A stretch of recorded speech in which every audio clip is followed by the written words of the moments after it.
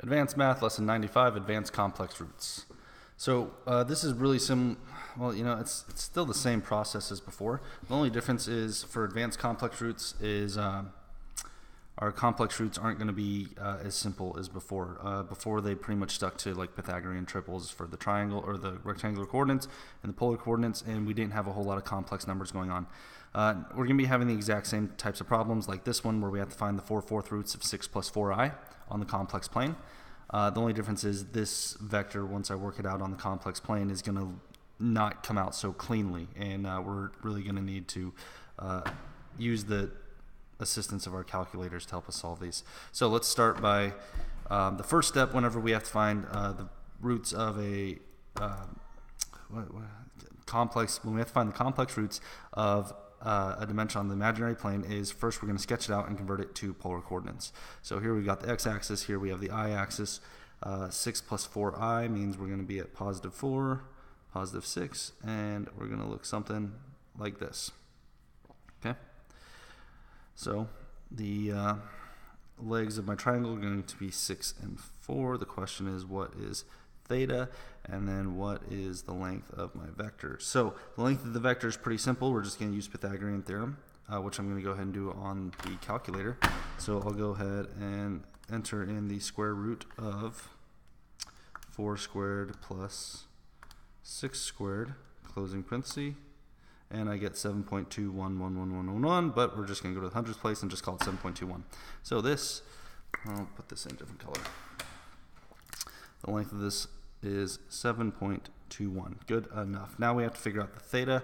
We can do that using the tangent identity of opposite over adjacent. So 4 divided by 6. So we'll just go to our calculator and we'll do second tangent, do the inverse operation of 4 divided by 6, closing parenthesis, and I get 33.69, which I'm just going to keep at 69 because of the zeros. So that rounds down to 69. So 33.69.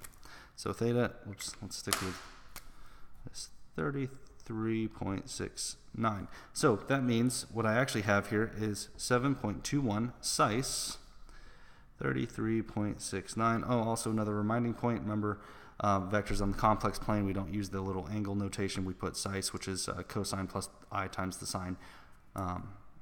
If you need to recap on that, go back and look at lesson 79 and de Moivre's theorem, which you guys so kindly pointed out to me after I did all the materials for that it's not de Moivre's, it's de Moivre's. But yeah, if you look at de Moivre's theorem and other stuff we've done on the complex plane, you can get more of an in-depth explanation of size, but we're just going to run over it right now. So once I've got this this first vector, what I now need to do is to apply de Moivre's theorem and take this to the, we're doing fourth roots, so this number goes to the fourth exponent, and then this number gets divided by 4. And then I will be able to find the 4 fourth roots. So again, we can't really take 7.21 to the fourth exponent. So, and that's the main difference here, is before we'd have clean numbers like 16 to the 1/4 power, which would give us 2. Or we'd have a clean number like 36 degrees divided by 4, which would give us a more exact number. So this is more complex because we're having to rely on our calculator to do some of these calculations. So then we'll zoom out a little bit. No, let's zoom back in. It gets blurry when I leave. Okay, and we'll do 7.21 to the 1/4 power.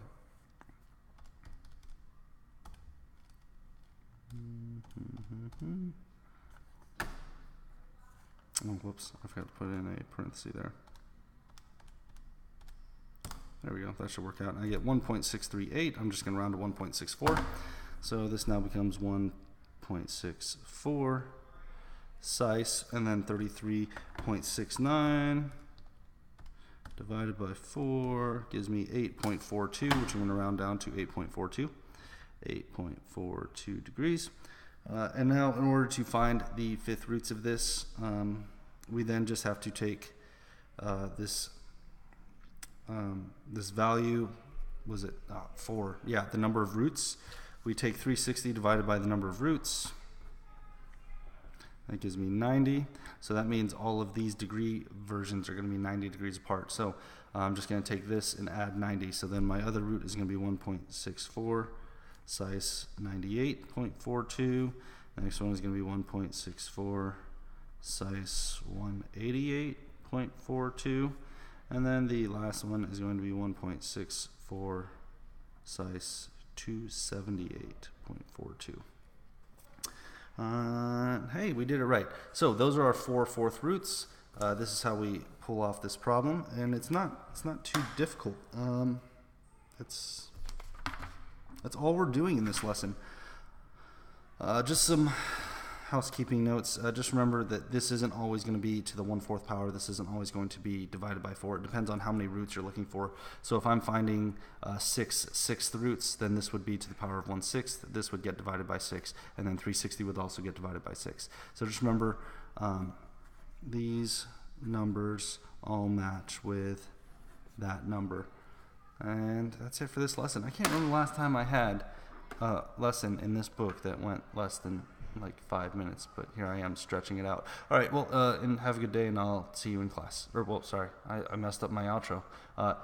If you have any questions, let me know on the school website, and I will see you in class.